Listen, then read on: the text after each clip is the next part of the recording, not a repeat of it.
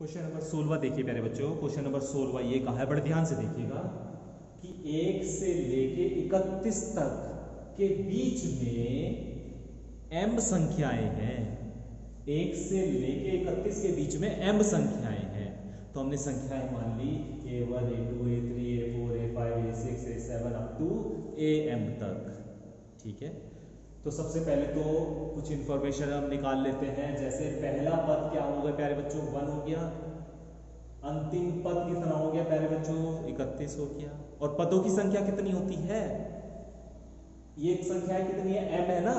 ये बीच की संख्या कितनी है, m है। और दो पद ये फालतू है तो m+2 हो जाएगी। भाई ये तो पद है कितने, m, और ये दो पद और पहले से ही हैं तो m में 2 जोड़ना पड़ेगा। तो पदों की संख्या हो जाएगी m+2। पदों की संख्या हो जाएगी m+2।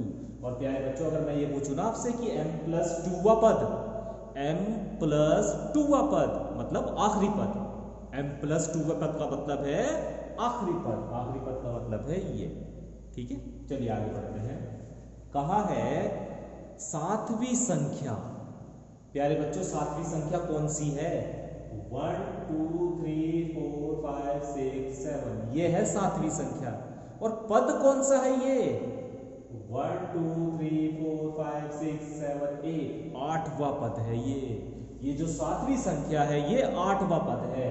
तो मैंने लिख दिया 7वीं संख्या बराबर 8वां पद। मतलब जो संख्या पूछी, जो संख्या कही है, जैसे 7वीं कही है तो उसमें एक जोड़ दो तो 8वां जो भी आएगा वो पद हो जाएगा।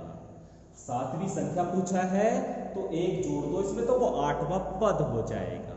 ठीक है, तो 8वां पद हो गया ये। अब 8वां पद कैसे निकालोगे, a plus n-1 into D. तो a plus 8-1 into D, a की जगह 1 रख दो और 8-1 का मतलब 7d। तो 7वीं संख्या हो गई 1 + 7d, 1 + 7d। ठीक है, अब इन्होंने कहा है m-1वीं संख्या, m-1वीं संख्या। जैसे मैंने बताया जिस भी संख्या के बारे में पूछा जाए उसमें एक ऐड कर दो, एक जोड़ दो। तो जब आप प्यारे बच्चों m-1 में एक जोड़ोगे तो mवां पद ही तो बचेगा, तो mवां पद ही तो बचेगा। तो mवां पद क्या होगा, a plus m-1 into D, a की जगह 1 रख दिया प्लस m-1 इंटू डी। ठीक है, तो 7वीं संख्या ये आ गई और m-1वीं संख्या ये आ गई। इन दोनों का अनुपात दिया हुआ है 5/9। इन दोनों संख्याओं का अनुपात दिया है 5/9।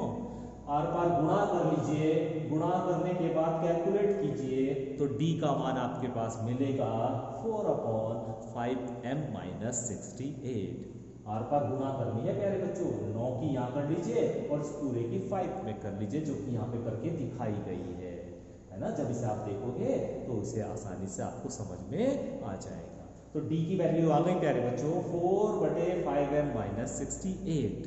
ये हो गई आपकी समीकरण नंबर 1।